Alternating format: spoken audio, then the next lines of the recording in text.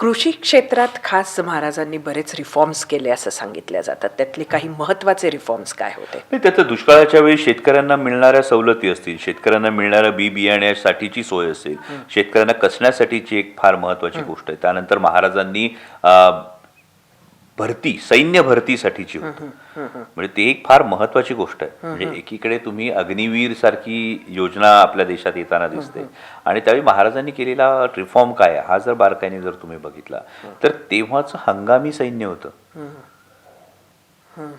की त्यांनी 8 महिने शेती करायची, त्यांनी 4 महिने शेती करायची आणि 8 महिने सैन्यात भरती व्हायचं असं असायचं. आजचं होमगार्ड्स.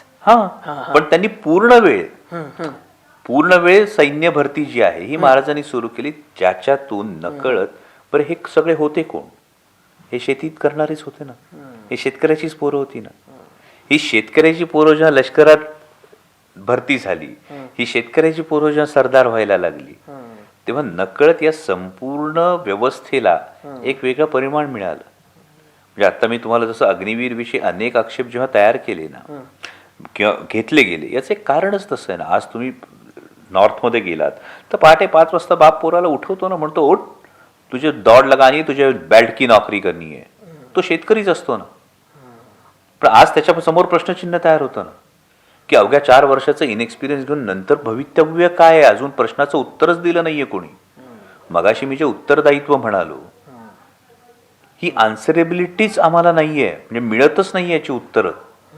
सो हे जे शेतीचे पण रिफॉर्म्स तुम्हाला म्हणालो, जसं शेतसाऱ्यामध्ये महाराजांनी दिलेली सूट जर तुम्ही बारकाईने केली, आम्हाला आजही प्रत्येक वेळी कर्जमाफी करा, दुष्काळ पडल्यानंतर, ओला दुष्काळ पडल्यानंतर कर्जमाफी करा म्हणून आम्हाला ओरडावं लागतं ना.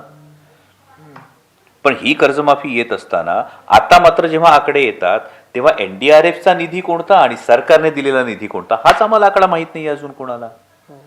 तुमच्या चेहऱ्यावर जेव्हा तोंडावर आकडे मारले जातात तेव्हा तो एनडीआरएफचा जो ऍक्च्युली त्यामध्ये आपत्तीचा निधी आहे की तुम्ही दुष्काळासाठी सेपरेट पॅकेज दिलेलं आहे, याचं सेपरेशन कधीच दिलं जात नाही. That is a problem.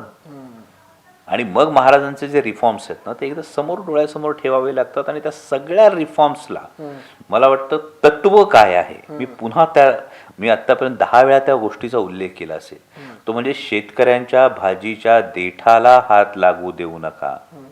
ही जी गोष्ट आहे यामध्ये शेतकऱ्यांचं हित, ते जपणं, ते जोपासणं, त्याचा विचार करणं.